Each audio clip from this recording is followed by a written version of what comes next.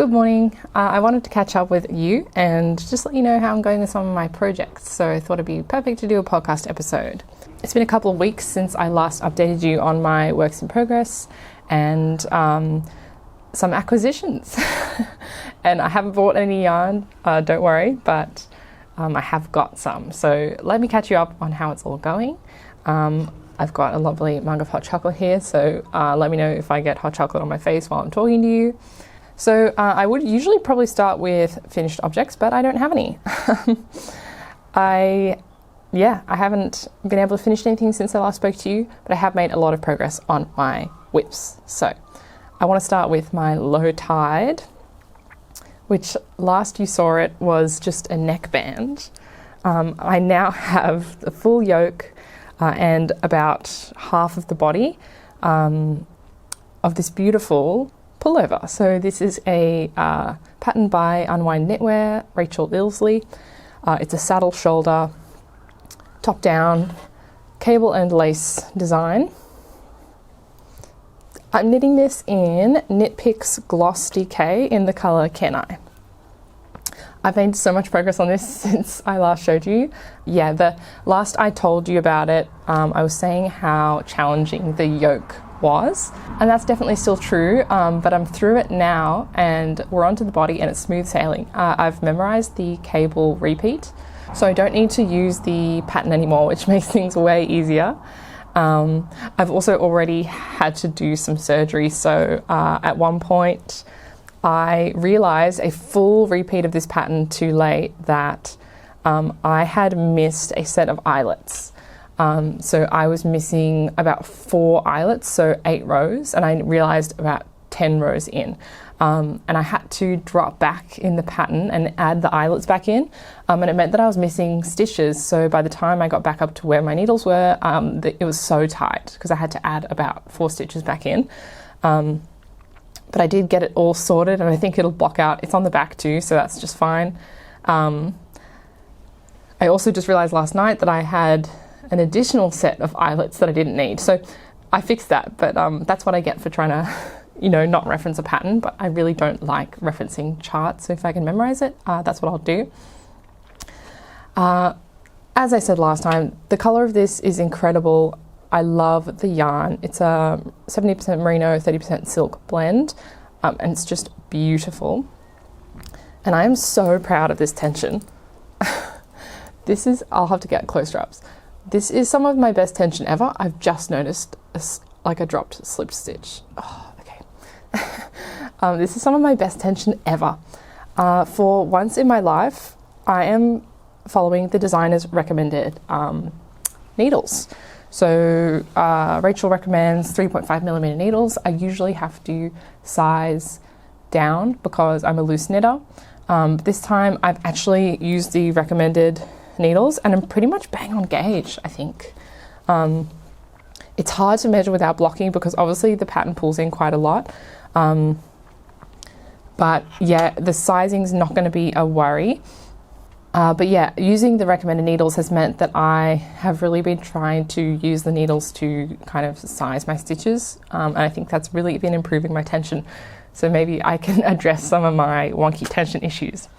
Something to note though is that I am actually not using the recommended yarn or anything like it. So this is recommended to be knit with fingering weight yarn, and I am using a DK weight. The recommended gauge, let me just find it for you.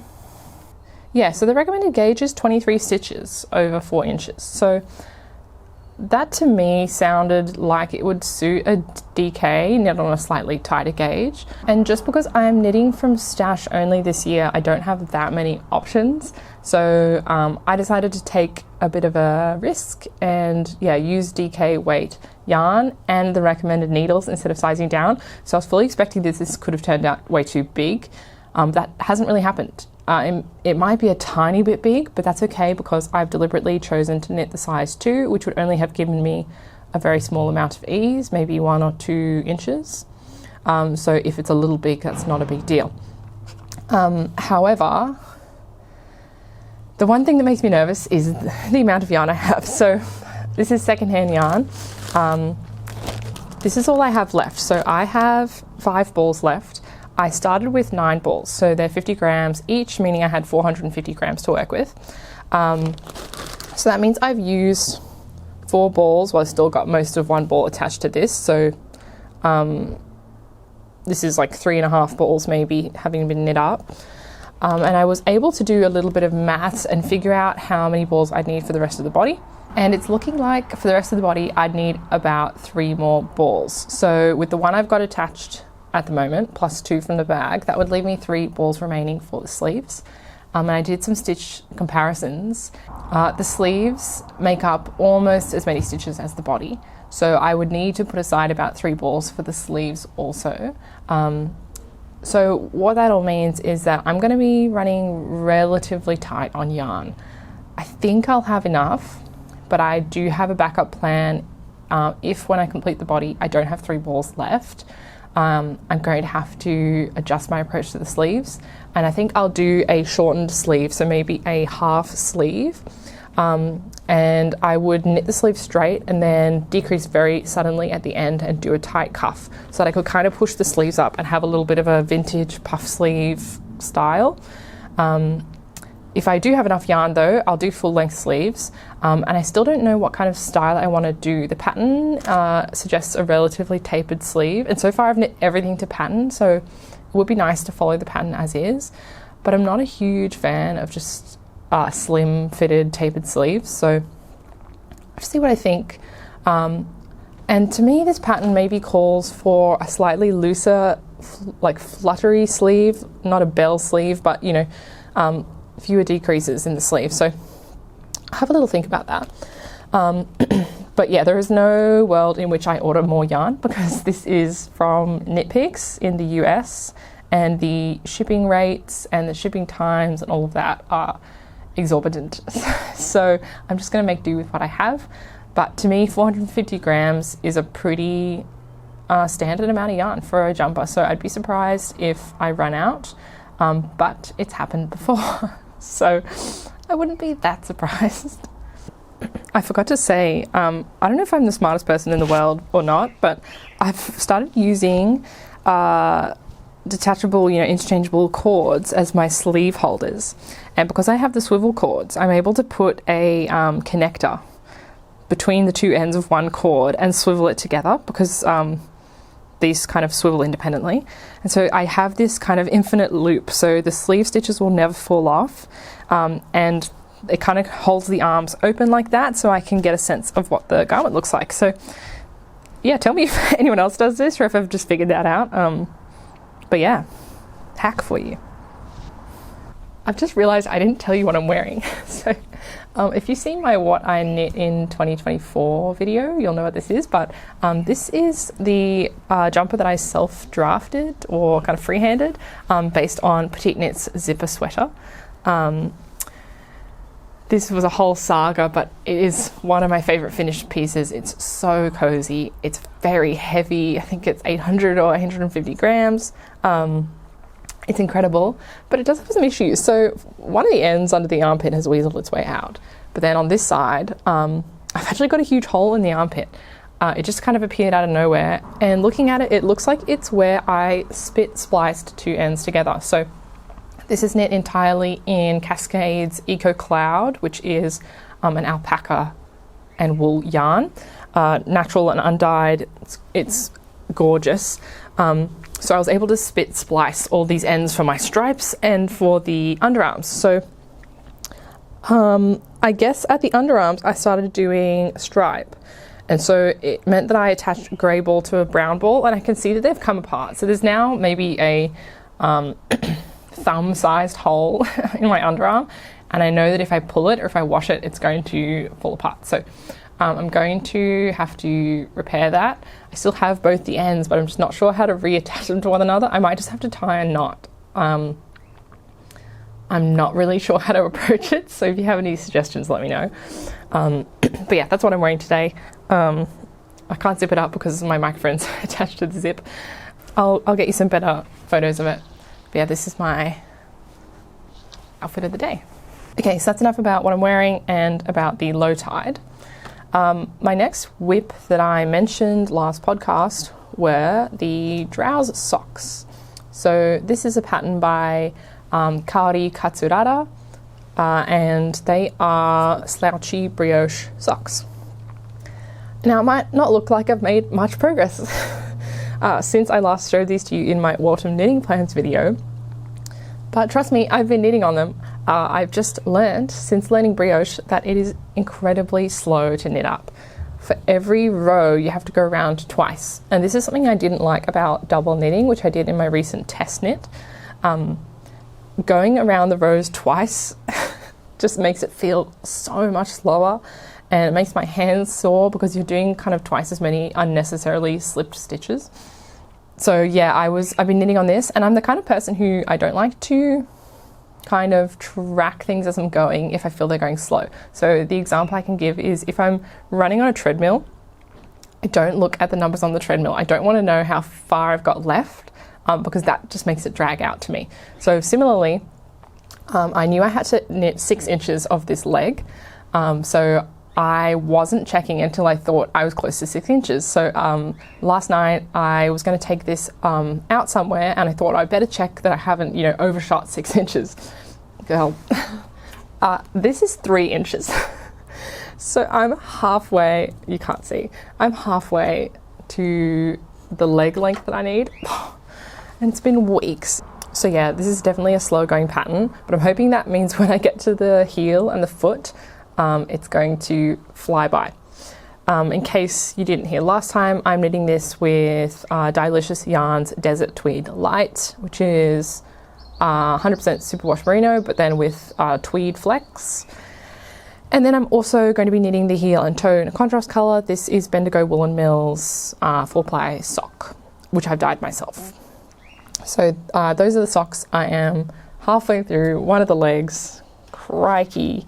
Oh, and another thing I forgot to mention about the socks is that I realized I made a mistake a while back in the brioche. So I did make a mistake before, and I was able to drop back and fix it, which was quite challenging.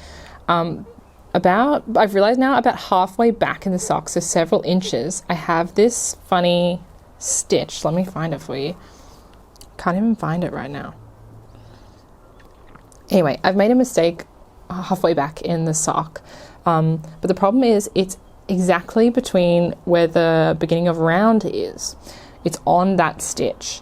And so while I feel like I could figure out how to repair the brioche in a regular stitch, that stitch there is where you transition from, say, knitting the knits and slipping the pearls to purling the pearls and slipping the knits.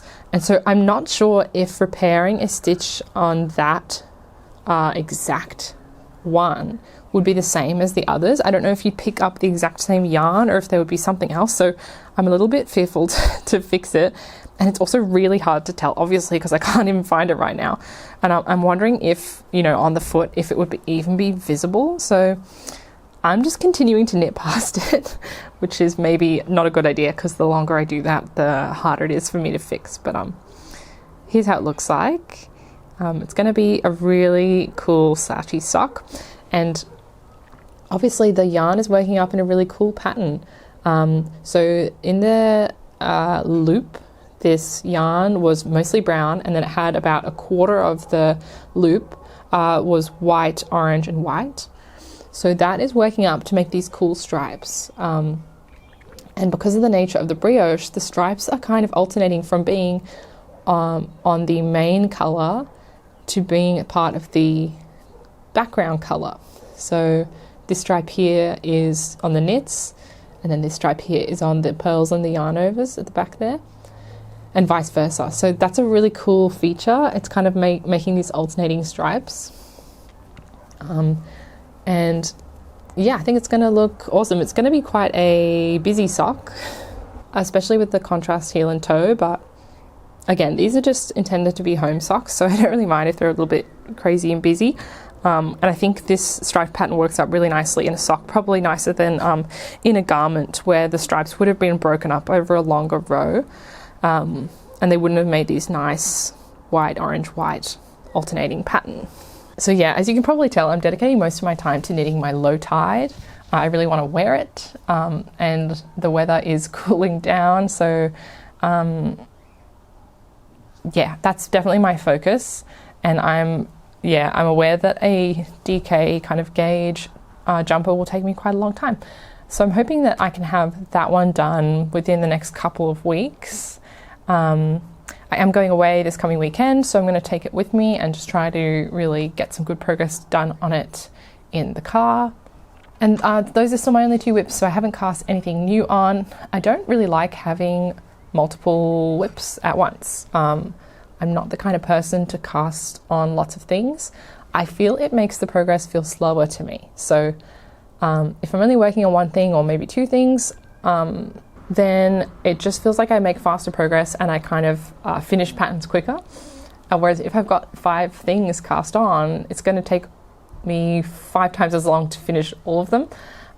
So yeah, I just prefer having fewer things. So I haven't cast anything new on yet, but I do have some ideas. I want some new gloves. I definitely want to knit a cardigan, and those are all in my autumn knitting plans video if you're interested. So once this jumper gets towards the end, I'll probably cast something new on then. Okay, and I do have some acquisitions to talk about. So if you see my videos before, you know that I'm not buying any yarn this year, and that's still true, but I actually forgot to share this last time. I've had this for a little while. I have some new yarn. This was gifted to me. So a family member of mine went to Japan, and they very kindly brought me back some yarn and some crafty things. So this is the yarn they brought back. It's a kind of a beautiful saffron yellow, I'd say, and then a yellow, green and red striped yarn. It's very fine. I would say this is lace weight. And as for the fibre, it's not written on here anywhere, and I don't know, it feels a little bit like cotton. So if I had to guess, that's what I would say it was. I am tempted to do a little bit of kind of yarn investigation, cut off a little piece and burn it in a sink, and that tells you what kind of yarn it is, because burning cotton smells like paper, whereas burning wool smells like burning hair. So you can kind of tell if it's an animal fibre or a plant fibre that way.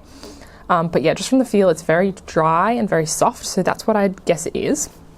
But this all came as part of a little gift pack. So this is the store that my family member got this stuff from.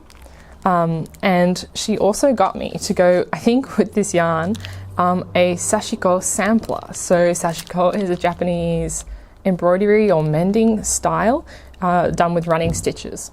So she got me a sashiko mizube no sakura, which is like a it's the cherry blossom flowers, and it's basically a pre-printed pattern, and you can follow the stitches to create a beautiful pattern. People use it for visible mending. I think it's also just done for embroidery's sake, as a piece of artwork. So she also got me some sashiko needles to go with it. And then this yarn. So whether or not these all came together, I'm not sure. I have to do some research because I've never done sashiko before. If not, I do have some embroidery thread I can use. But that'll be a really fun project. And I'm thinking I might... Oh, so I didn't explain. So this kind of cloth with the pattern is dissolvable in water. So you pin this pattern to something like an actual fabric that you want to embroider on, and then you follow the pattern, and then you wash the piece and this fabric melts away. So I'm still deciding when I want to put this on. I could put it on the back of like an old pair of jeans, or I was thinking maybe a tote bag. Just getting a plain kind of brown canvas style bag, and then doing this embroidery on the front, I think would be really pretty. But I need to figure out if I can use this yarn for it. Please, if you're an experienced sashiko artist, let me know, or direct me maybe to some good resources for how to do it, because yeah, I would like to learn. So that'll be really fun, and it was just a really very thoughtful gift to receive. It's really nice when people choose things out that they think you're going to love, and I have a lot of fun thinking about people going to craft stores and asking them, you know, to find something for me, and having the attendants help. I just think that's really sweet. So yes, I do have 2 new skeins of yarn to add to my collection.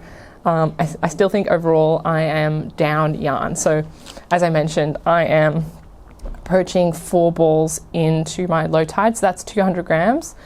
And then the socks will be 100 grams. So my whips will take me down another 300 grams. Oh, sorry, when I'm finished the jumper, it will be 450 grams. So that plus the 100 grams of the socks will be about 550 grams down in my stash. So this doesn't cancel that out by any means. And yeah, plus all the things I've already made this year, I'm going to be probably approaching down a kilo. So out of my 16 kilos in my stash for the first roughly half of the year, it's very slow progress. And it does speak to the validity of my estimates, which is that it would take me about 8 years to knit through the rest of my stash. So consider that confirmed at the rate I'm currently going. I really am trying to knit a lot, but I've just got a lot of stuff on. I've got a lot of work to do. I haven't been catching the bus to work so much lately, and that was usually my commuting time. So, but I'm really happy with the amount I've been doing. I have started to track how much I knit roughly every day. I want to look back and see if I'm able to hit my goal, which was about an hour a day. So for the last few weeks or months, I have been tracking. So I will be able to come to you at the end of the year and share roughly how much I knit per day. And then based on that, I can figure out like my stitches per hour and stuff like that, which, you know, as you know, is data that I love to have. So yeah, I think I have been knitting as much as I can, but obviously it's slow going. That's okay, because it's a slow craft, so I don't mind. And with that, I think that's all I have to share. There are cars driving past. I am having breakfast cooked for me inside, so I'm going to head back in. I hope that was a fun update for you. Feel free to ask me any questions you have about the patterns I'm working on or my yarn. And yeah, I'll speak to you again really soon. So until then, have fun knitting. I'll see you then.